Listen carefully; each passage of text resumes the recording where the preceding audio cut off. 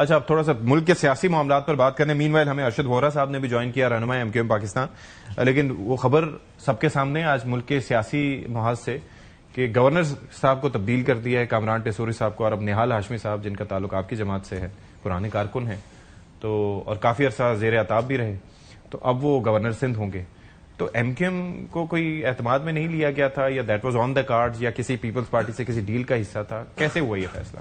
جی دیکھیے, وورا صاحب بھی لائن پر ہیں, ہمارے کالیگ ہیں, اور دیکھیے بات یہ کہ جب پی ایم ایل این اور پیپلز پارٹی کے آپس میں پولیٹیکل الائنس قائم ہوئی تھی, ایم کیو ایم کے ساتھ بھی اسی ٹائم پر ہی ہوئی تھی, اور یہ ساری الائنسز کے نتیجے میں اس وقت میں حکومت بنی تھی, تو اس وقت پی ایم ایل این اور پیپلز پارٹی کے درمیان یہ طے ہوا تھا شراکت اقتدار کا فارمولا. جی, جس طرح آپ جانتے ہیں کہ نیشنل اسمبلی اور کانسٹیٹیوشنل آفیسز اور چیئرمین سینٹ کا معاملہ ہو, اس طرح دیگر جو ہمارا ایک فارمولا طے ہوا تھا, اس کے اندر ایک حصہ یہ بھی تھا کہ جو گورنرز ہوں گے وہ خیبر پختونخوا اور پنجاب کے پیپلز پارٹی کے, اور بلوچستان اور سندھ میں پی ایم ایل این کے ہوں گے.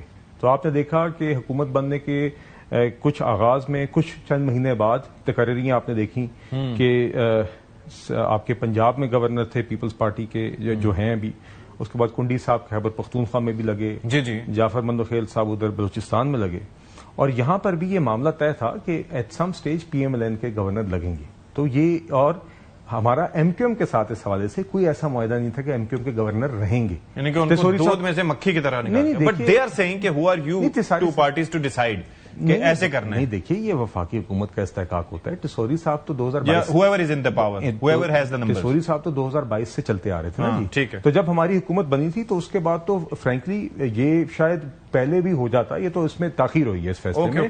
تو it has got nothing to do with the fact کہ ٹیسوری صاحب کے اوپر کوئی ریفلیکشن یا ایم کیو ایم کے اوپر کوئی ریفلیکشن. یہ ہماری حکومت ہے, ہمارا استحقاق تھا, اور یہ ہمیشہ سے طے تھا کہ یہاں پہ پی ایم ایل این کا پھر ایک گورنر ہوگا, ہماری حکومت ہے. تو وہ آج پھر اس حوالے سے اس فیصلے کی آج. ارشد وورا صاحب, سر آپ تک میری آواز پہنچ رہی ہے؟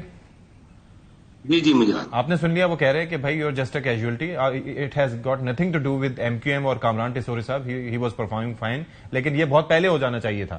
آپ کو اعتراض کیا ہے؟ بالکل, it's right, it's just a casualty, nothing else, and casualty to M Q M and the people of Sindh urban. دیکھیں, جب آپ کے پاس ایک پوری حکومت ہے, آپ کے پاس جو ہے پوری ایک کابینہ ہے, اور آپ کے ساتھ آپ کے الائز ہیں, پاکستان پیپلز پارٹی آپ کی سب سے بڑی الائی ہے, اور کیونکہ وہ گورنمنٹ میں شامل نہیں ہے, لیکن انڈائریکٹلی پیپلز پارٹی گورنمنٹ میں ہر جگہ موجود ہے.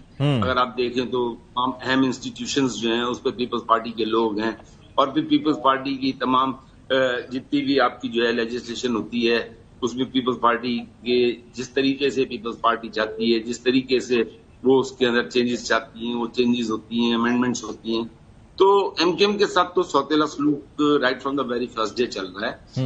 جب 26ویں آئینی ترمیم آئی تھی تب بھی آرٹیکل 148 کی امینڈمنٹ کی بات ہوئی تھی, اور وہ بھی کانسٹیٹیوشنل امینڈمنٹ اس وقت بھی نہیں ہوئی.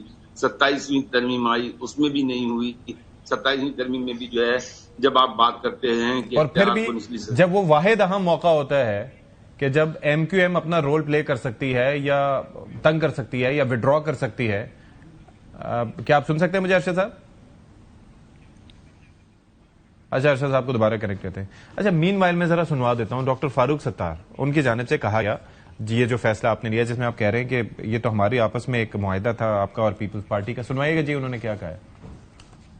میں سمجھتا ہوں کہ یہ شہباز شریف صاحب کی جو وفاقی حکومت ہے اس کے لیے سب سے سنگین غلطی پر مبنی فیصلہ ہوگا. میں آج آپ کو یہ لکھ کے دے رہا ہوں. ایم کیو ایم پاکستان کو نہ اعتماد میں لیا گیا. میں نے تو اپنی طرف سے یہ کہہ دیا ہے کہ اب ہمارے پاس کوئی اخلاقی جواز نہیں حکومت میں رہنے کا. ہمیں ہماری حیثیت بتا دی گئی ہے, صرف اور حکومت چھوڑ دینی چاہیے. اس حکومت میں رہ کر صرف ہم اپنے سیاسی کریڈٹ کو بہت تیزی سے زیرو سے بھی نیچے لے جا رہے ہیں. ایک لمحے بھی اب ہمیں حکومت میں نہیں ٹھہرنا چاہیے.